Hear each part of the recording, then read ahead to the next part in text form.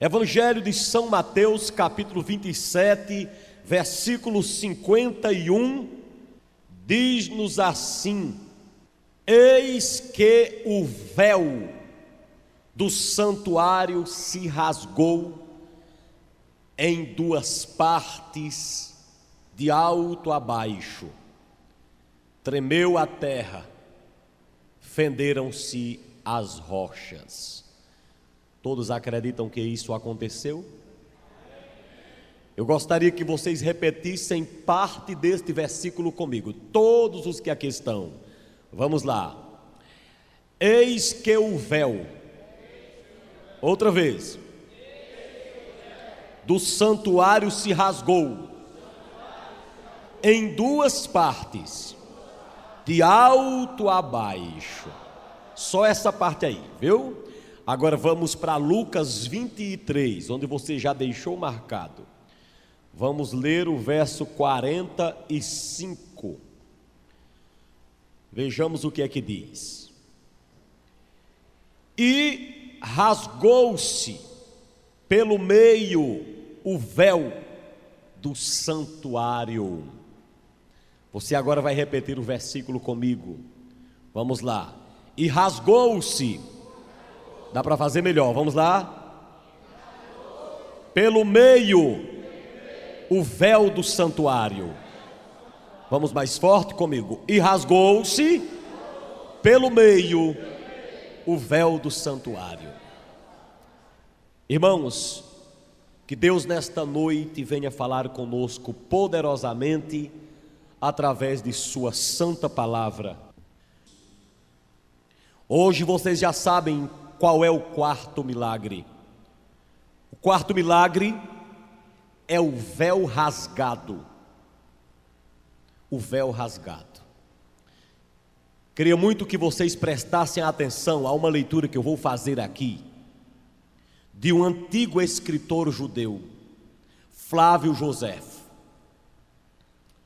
Ele disse que nós devemos pensar no véu do santuário como sendo um tecido que media cerca de 10 centímetros de largura, o qual nem mesmo dois animais, pondo forças de lado contrário, podia rasgá-lo. Esse historiador é muito bem conceituado no meio do cristianismo. Segundo ele, esse véu, ele media 10 centímetros de largura. Não era esse véu que a gente usa, que às vezes se usa hoje. Era chamado de véu, mas era um tecido muito grosso. 10 centímetros de largura esse véu tinha, e ficava no santuário. Diz que era tão forte que se você colocasse um animal para lá, fosse qualquer animal, para lá e outro para outro lado, lados opostos, e ambos colocassem força neste véu, dois animais não rasgariam este véu. Mas a Bíblia Sagrada diz que quando Jesus morreu, esse véu se rasgou. Quem diz amém? Tem um mistério grande para nós aqui nesta noite. Dois animais não rasgariam este véu tão largo, tão grosso. Mas a morte de Jesus, quando Jesus morreu, este véu se rasgou. Dizendo isso, vocês têm mais força para repetirem comigo os versículos que eu li. Não precisa você olhar para a Bíblia mais, mas você dizer comigo, vamos lá. O véu do santuário se rasgou em duas partes, de alto a baixo. Rasgou-se pelo meio o véu do santuário. Prestem muita atenção aos textos que lemos. Eu gostaria de dizer algumas coisas nesta noite sobre esse véu, e eu tenho a certeza que Deus tem algo estrondoso para nos comunicar. Abre teus ouvidos. A primeira coisa que eu gostaria de mostrar ou de falar nesta noite sobre este véu, esse primeiro ponto, essa primeira parte da mensagem, eu chamei de as 4 revelações que estes textos nos trazem sobre este véu. Esses textos que lemos trazem para nós 4 revelações sobre esse véu rasgado. Não exatamente sobre o véu, mas sobre o véu rasgado. Véu rasgado. O véu que tinha 10 centímetros de espessura. A primeira revelação que esse texto mostra sobre este véu, ou sobre esse véu rasgado, é que esse véu rasgou-se em 2 partes. Repitam, em 2 partes. Digam, rasgou-se em 2 partes. Isso significa dizer, irmãos, que não foi um simples buraco que foi feito, e nem um simples furo. Ele foi rasgado, literalmente rasgado e dividido em 2 partes. Não foi um buraco. Se ele se rasgou, queria nos dizer alguma coisa. Se fosse apenas um furo, queria nos dizer uma coisa. Mas não foi um furo, nem um buraco. Foi rasgado. Eu acredito que esse véu foi rasgado em 2 partes por vários motivos, mas era para mostrar para nós que daquela mesma forma que o véu estava sendo rasgado, a carne de Jesus estava rasgada. Você sabe o que significa um chicote com 12 pontas, e em cada ponta um osso virado, feito anzol, batendo nas costas de uma pessoa? Na hora que puxava esse chicote com essas 12 pontas, você sabe que a carne de Jesus era rasgada, literalmente, rasgada, assim como a carne dele foi rasgada, o véu também o foi. Mas a segunda coisa que eu gostaria de afirmar a respeito desse texto, a segunda revelação, você está aí com o texto aberto, você está vendo aqui na tela também. A segunda revelação é que o véu rasgou-se de alto a baixo. E eu queria que vocês dissessem: véu rasgado de alto a baixo. Você sabe o que significa dizer que esse véu foi rasgado de alto a baixo, e não de baixo para cima, também não foi na horizontal? Se o véu tivesse sido rasgado de baixo para cima, teria sido o diabo que tinha rasgado, porque o diabo fica para baixo.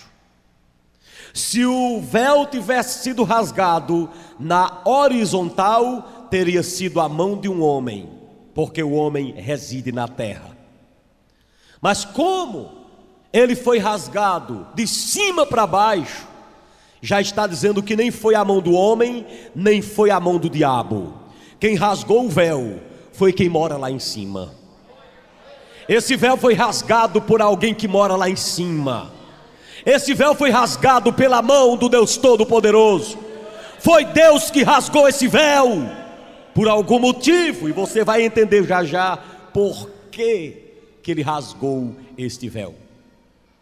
Mas uma terceira revelação desse texto é que ele mostra que esse véu foi rasgado pelo meio. Diga, véu rasgado no meio. Tu sabes por que foi rasgado no meio? Para nos dar uma mensagem semelhante à primeira e à segunda. Essa terceira mensagem, dessa terceira revelação do véu rasgado pelo meio e não nas pontas, significa dizer: uma vez rasgado, rasgado para sempre. Uma vez rasgado, nunca mais será remendado, nunca mais será emendado. Está rasgado e rasgado para sempre. Se tem algum significado, e tem, é um significado eterno. Guarda teu coração aí, que tem muita coisa de Deus nessa noite para você. Posso ouvir um amém? Mas a quarta revelação e última dessa primeira parte da mensagem que eu encontro aqui é que esse véu rasgou-se pelo meio. Diga: véu rasgado pelo meio. Aleluia. Aliás, o véu rasgou-se trazendo esperança, perdão. Digam: quando o véu se rasgou, trouxe esperança. Por que trouxe esperança? Porque você sabe que tão logo o véu se rasgou, as trevas nunca mais invadiram aquele lugar. Jesus Cristo foi crucificado às 9 horas da manhã. Repitam: 9 horas da manhã da sexta-feira santa. Ele passou 3 horas na cruz recebendo zombaria. Quantas horas? Até ao meio-dia eles zombavam e blasfemavam de Jesus na cruz. 12 horas o sol se escureceu e houve trevas até as 3 horas da tarde. Às 3 horas da tarde as trevas passaram e o véu se rasgou. Se esse véu se rasgou na hora que a luz apareceu, é porque esse véu representa para nós uma grande esperança. Levante a mão e diga: minha esperança está no Senhor. Diga para a pessoa que está perto de você: a esperança do crente não morre. Ele vai dar um glória a Deus agora por isso, bem forte. Aleluia. A Bíblia diz que a esperança é algo que permanece hoje. Quando esse véu se rasgou, não houve mais trevas, não havia mais trevas, significando dizer que aquele rasgão daquele véu representava uma esperança para a humanidade. A coisa mais linda que eu acho, a festa mais linda que eu acho no ano é essa. Porque a festa da semana da Páscoa é a festa que nos traz a grande esperança, a esperança da vida eterna. O véu rasgado, o véu quando se rasgou, ele também nos trouxe essa esperança tão forte. É a última revelação que temos nesses 2 textos. Se você entendeu alguma coisa até aqui, dê para Jesus uma salva de palmas.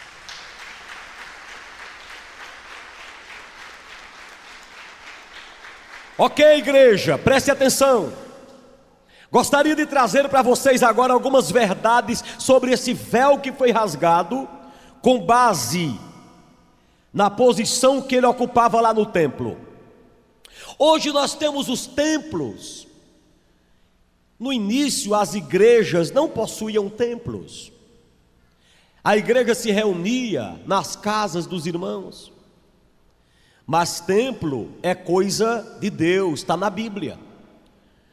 A Bíblia diz que quando o povo de Deus saiu do Egito, o povo construiu um templo móvel chamado tabernáculo.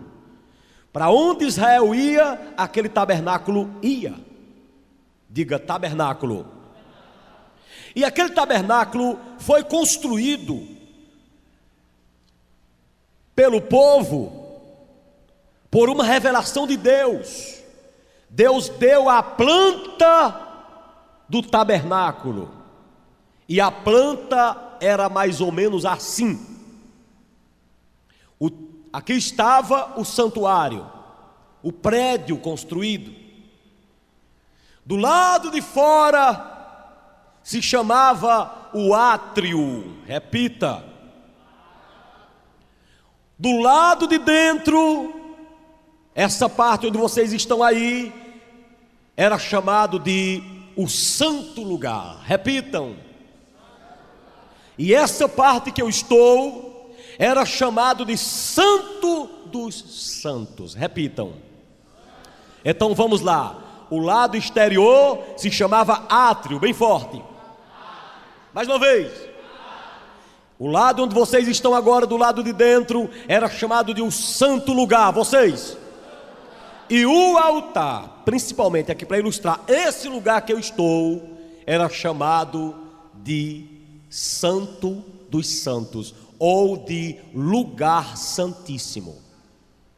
Havia algo que dividia o santo lugar do Santo dos Santos. Prestem atenção aqui no que eu vou falar agora, prestem atenção. O altar aqui era o Santo dos Santos, o lugar santíssimo. Agora, se vocês analisarem comigo, eu vou mostrar algumas verdades sobre este lugar, esse véu que foi rasgado, que estava dentro daquele tabernáculo, e que lá na frente Salomão ergue um templo, e ele segue a mesma planta do tabernáculo, a mesma planta. E deixa eu falar a primeira verdade, baseado aí em Êxodo 26, verso 33. Quando eles foram fazer o tabernáculo, escutem bem, Moisés diz: o véu, repete, Moisés diz: o véu separará o lugar santo do lugar santíssimo. Dá até para vocês repetirem isso, né? O que está em vermelho, vamos lá.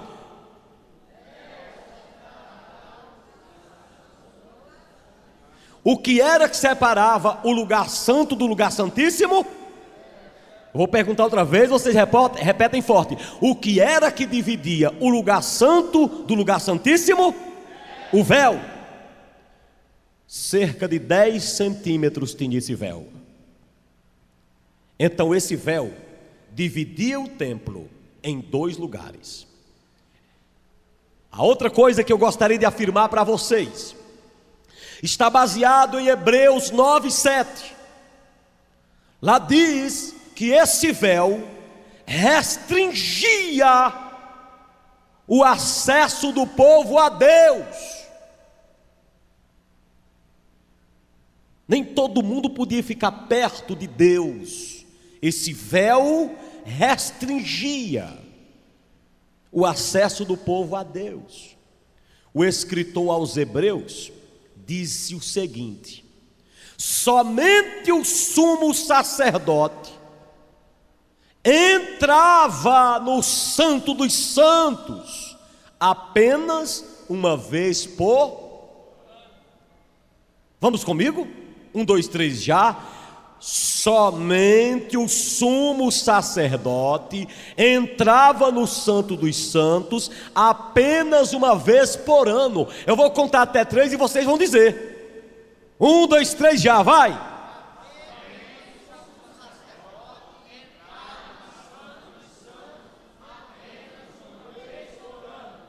Está vendo que restrição?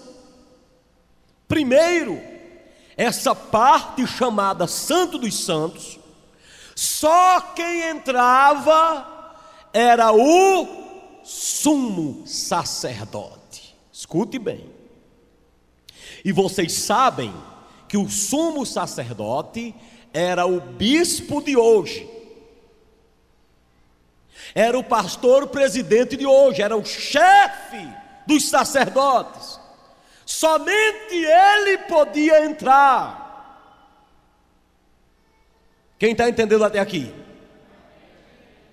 E outra coisa que o escritor aos Hebreus mostra é que o sumo sacerdote só entrava nesse lugar chamado Santo dos Santos. Quantas vezes por ano? Uma vez por ano. É necessário que vocês memorizem isso. Vamos dizer outra vez, 1, 2, 3 já, vamos lá.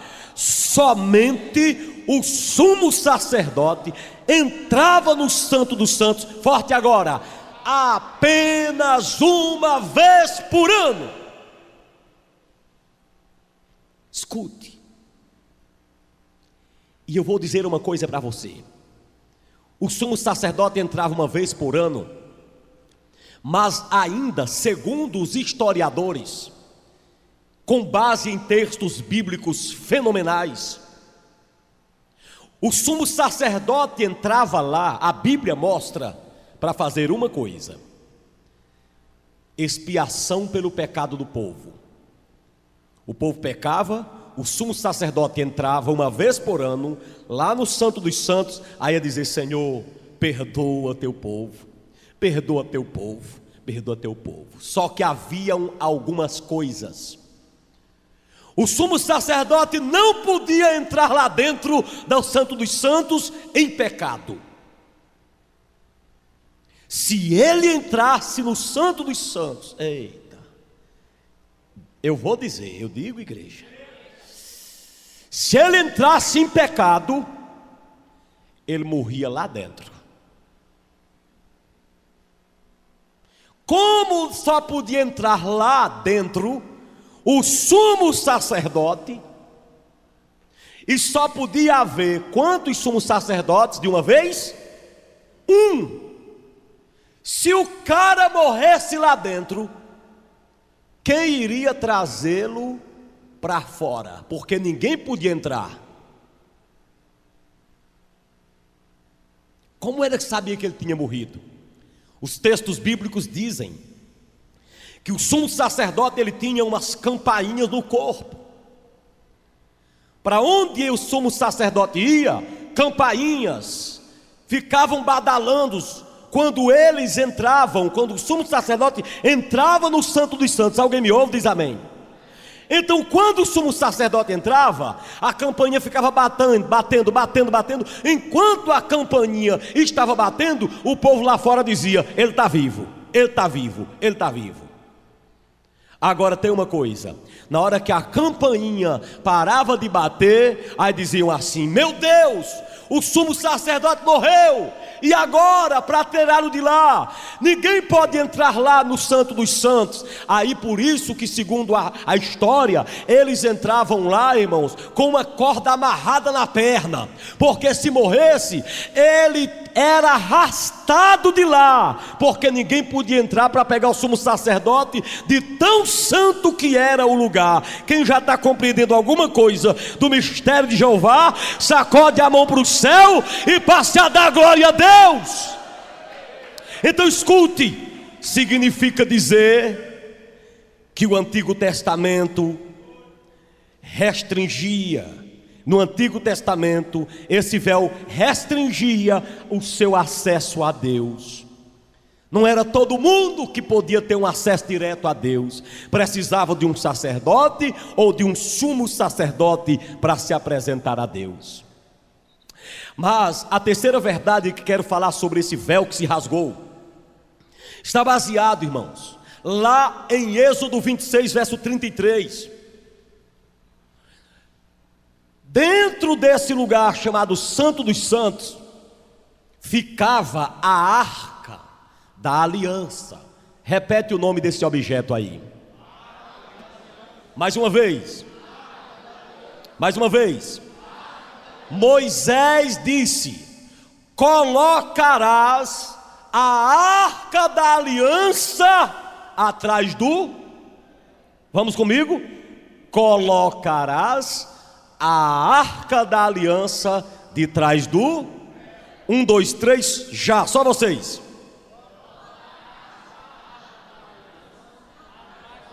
Então vou perguntar à igreja: igreja, a Arca da Aliança ficava no átrio?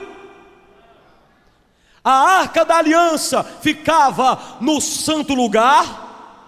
Agora, igreja, a Arca da Aliança ficava no lugar santíssimo? Sim, atrás do véu. Você chegava na igreja e dizia: eu quero ver a Arca da Aliança. Não, a arca só saía quando era uma guerra grande, uma causa grande para se resolver. Aí tirava a Arca da Aliança, botava a arca na frente, que a arca representava a presença de Deus. A Arca da Aliança representava a presença de Deus. Igreja, diga comigo: presença de Deus. Outra vez. E ela ficava atrás do véu. Assim ninguém, nem todo mundo podia ter acesso à presença de Deus. Está compreendido até aqui? E a arca que estava lá dentro, a arca que eles levavam nas guerras, essa arca era um caixote revestido de ouro. E segundo escrito aos Hebreus, dentro desta arca tinham 3 elementos. Quantos elementos? Olha, o escritor aos Hebreus disse assim, lá no capítulo 9, verso 4, ele disse assim: a Arca da Aliança contendo o maná. Repete. E ele, em segundo lugar, a vara de Arão que floresceu. Repete isso aí. Em terceiro lugar, as tábuas da aliança. Vamos lá. Então, igreja, vamos perguntar: vocês estão entendendo a palavra? Isso é coisa linda. A fé vem pelo ouvir. Quem dá glória a Deus? Os 3 elementos que estavam dentro da arca: primeiro, o maná. Repete. Segundo, a vara que floresceu. Vai. Em terceiro, as tábuas da aliança. Repetem. E a arca como um todo representava o que? A presença de Deus. Quando você chegava no santuário, queria sentir a presença de Deus, não sentia tão forte, porque a arca estava de trás do véu. A arca não estava na frente, estava atrás. Então a presença de Deus era restrita. Quem está entendendo até aqui, igreja, para glorificar a Deus? Lá estava a arca da aliança com 3 elementos. Quantos, igreja? O que eram os 3 elementos? O primeiro elemento era o... Vocês sabem o que era o maná? Maná era o pão do céu. E sabe o que significava o maná? O que significa hoje? Quem é o nosso pão? O nosso pão é Jesus Cristo de Nazaré. Aleluia! Então aquele maná que estava dentro da arca representava Jesus de Nazaré, o que está vivo hoje no meio da igreja.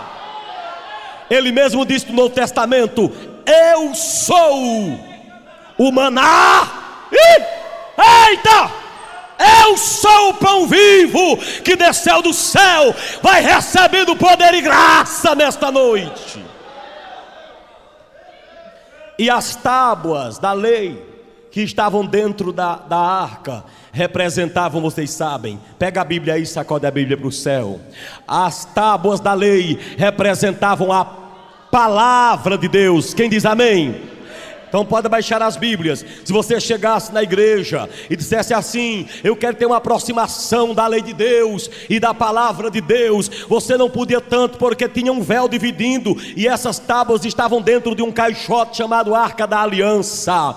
Então ali as tábuas da aliança que Moisés recebeu em cima do monte, os 10 mandamentos da lei de Deus, estavam dentro daquela arca. As tábuas da aliança representavam a palavra de Deus. Assim como você não podia ter acesso ao maná, você também não podia ter muito acesso à palavra de Deus. Mas existia também uma terceira coisa: havia a vara que floresceu, a vara de Arão que floresceu. Se vocês estudarem na Bíblia, a Bíblia diz: tua vara e o teu cajado me consolam. Sabe o que significa vara? Você vai entender já já. Quando Deus chamou Moisés para a obra, Moisés disse: Senhor, eis-me aqui. Aí Deus disse: Moisés, o que é que tu tens nas mãos? Moisés disse: eu tenho uma vara. Deus disse: vai para o Egito e usa essa vara. Para onde você apontar, o milagre é feito. Aleluia! Se o maná representava o Filho de Deus, se as tábuas representavam a palavra de Deus, a vara de Arão representava a autoridade de Deus, eu quero te dizer nesta noite, já estou adiantando a vocês, quando o véu do santuário se rasgou na hora que Jesus morrera, na hora que Jesus expirara, na hora que Jesus morreu, na hora que Jesus expirara, quando o véu se rasgou, primeiramente Deus estava dizendo: para vocês agora a arca da aliança, a presença de Deus agora está aberta para todos vocês. Pode aplaudir a Jeová. Vocês agora têm acesso à presença de Deus. Quando aquele véu se rasgou, representava dizer que agora o maná verdadeiro, o maná do céu, aquele que é a fonte da vida, a fonte da nossa existência, a fonte de toda a sabedoria humana, terráquica e celestial, Jesus, o maná, ele agora está acessível a você. Você agora tem maná. Vocês sabem o que significa a palavra maná? Maná significa literalmente o seguinte: o que é isso?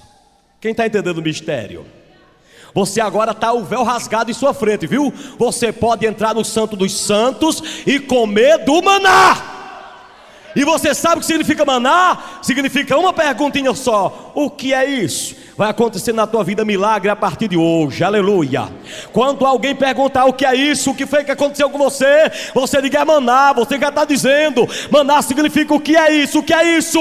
Quando alguém disser: meu filho, você está empregado, o que é isso? Você diga: é maná do céu. Aplaude. Quando alguém perguntar para você: meu filho, aquela doença que foi embora, o que é isso? Você diz: é maná, é maná. Sacode a mão para o céu quem quer o maná e exalte a Deus. Olha para duas pessoas que estão perto de você aí, pega no braço dele aí, sacode um pouquinho e diga: se prepara que o maná vai chegar, o maná vai chegar. Se ele crer, ele vai glorificar o Deus vivo e verdadeiro.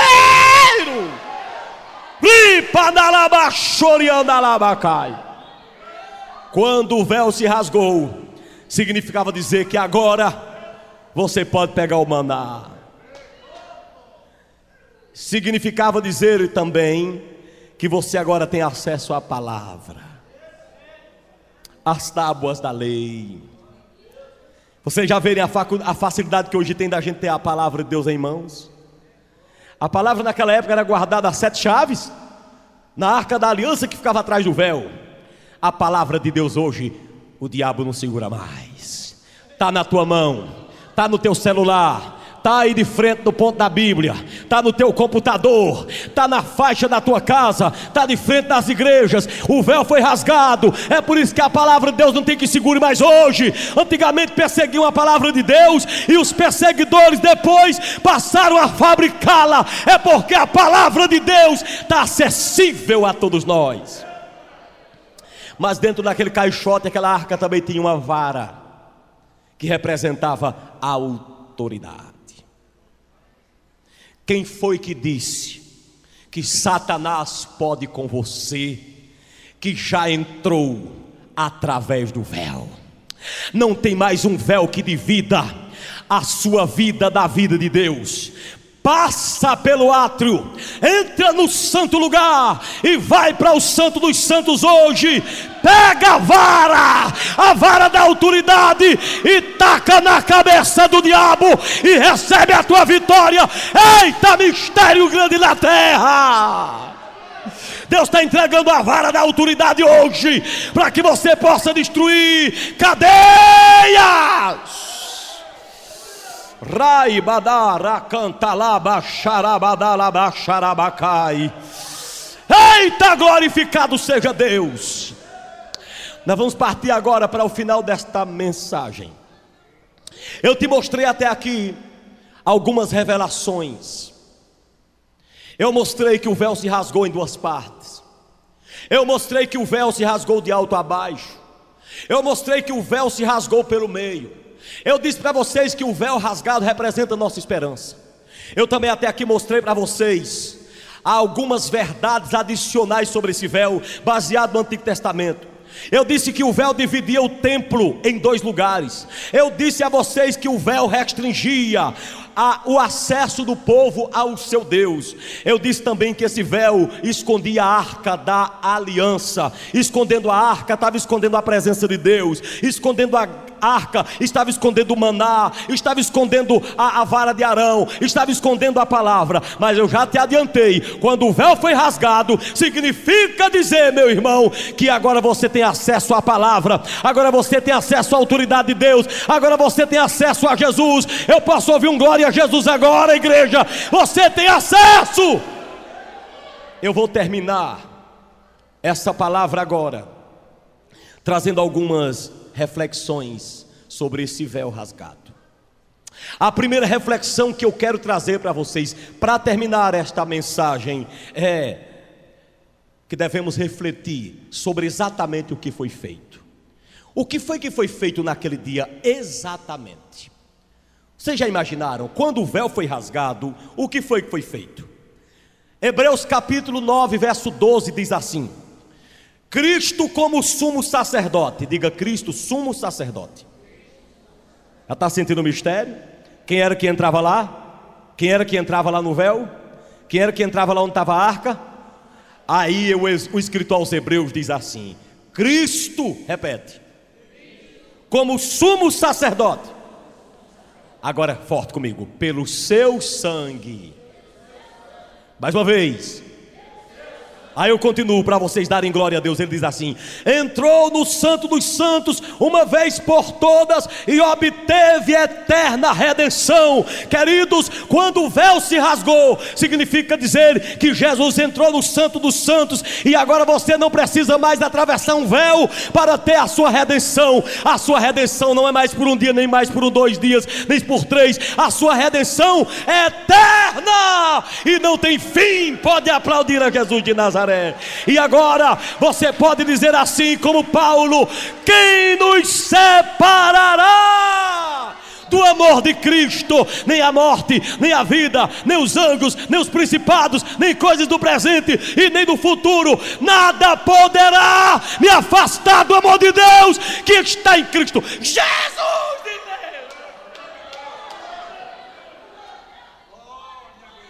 Deus. Ripanarabaxá. Agora você entende porque Paulo disse: quem nos separará? Está entendendo por que Paulo disse isso? Quem nos separará do amor de Cristo? Ele disse: nem a morte, nem a vida, nem os anjos, nem os principados, nem as potestades, nem coisa do presente, nem do porvir, nem principados, nem qualquer outra criatura poderá nos separar do amor de Cristo, do amor de Deus que está em Cristo Jesus. Nada poderá nos separar. O que podia nos separar antigamente era o véu, mas o véu já foi.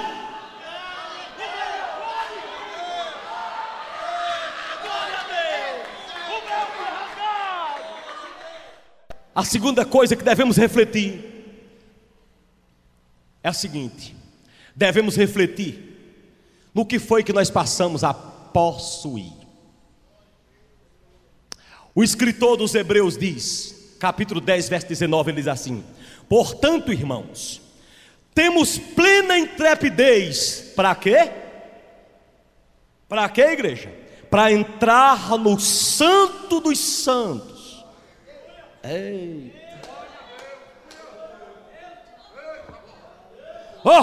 Ei, o escritor aos Hebreus disse: irmãos, e agora temos intrepidez plena, total, para entrarmos no santo dos santos. O que é que o Senhor Jesus quer dizer com isso? Que agora você também é sacerdote segundo a ordem de Deus. Agora você pode entrar por si só na presença de Jeová. Quem pode glorificar a Deus agora? Meu Deus, meu Jesus! Você agora tem livre acesso para falar com Deus sem precisar de mim, sem precisar do sacerdote, sem precisar do bispo, sem precisar do pastor, sem precisar do padre, sem precisar de ninguém. Você mesmo pode ir a Deus, porque a Bíblia diz que você pode entrar no santo dos santos sem ninguém interferir. Eita, mistério do céu! Agora, finalmente, a terceira coisa na qual devemos refletir é como exercer esse papel de sacerdote. Diga: sou sacerdote. As mulheres podem dizer: sou sacerdotisa. Você não precisa mais de ninguém para entrar no santo dos santos. Você mesmo entra. Não tem ninguém que precise entrar lá para lhe representar. Você mesmo vai se representar. Quem dá glória a Jesus de Nazaré? Aleluia! O texto do livro de Hebreus está escrito lá dizendo para nós que nós temos intrepidez para entrarmos no santo dos santos pelo sangue de Jesus, aleluia, pelo novo e vivo caminho, aleluia. Nós temos direito de entrar por meio de Jesus Cristo lá no santo dos santos por causa do seu sangue. É por causa do sangue de Jesus que você pode entrar no santo lugar e interceder por você mesmo. Diga glória a Jesus de Nazaré. Diga glória a Deus. Diga glória a Deus. Diga: o véu foi rasgado. sem ofender o irmão que está perto de você, diga: irmão, eu não preciso de tu para falar com Deus. Agora, para ele não ficar chateado, você diga assim: tu também não precisa de mim para falar com Deus, não. Tu tem direito de falar. Agora a glória a Deus vai ser forte. Eita glória! Por isso foi que Paulo disse assim: justificados, pois, mediante a fé, temos paz com Deus por meio de nosso Senhor Jesus Cristo, por intermédio de quem obtivemos pleno acesso pela fé a esta graça, na qual agora estamos firmes e nos gloriamos na confiança da plena glória em Deus. Dá glória a Deus. Justificados, pois, mediante a fé, temos paz com Deus por meio de nosso Senhor Jesus Cristo, pelo qual temos pleno acesso a esta graça. Você tem pleno acesso à graça de Deus. Você tem pleno acesso à graça de Deus, porque você está justificado. Aleluia. Eu gostaria de dizer a você nessa noite que hoje a parede de separação caiu. No momento que Jesus expirou, o véu rasgou, para dizer para você: meu filho, agora você tem sinal verde, sinal livre. Passa e entra na minha presença. Hoje nós vamos entrar na presença de Deus. Não tem mais barreira, não tem mais barreira. Você pode entrar na presença de Deus hoje. Se você crê, salta desta cadeira e dá glória. Jesus agora.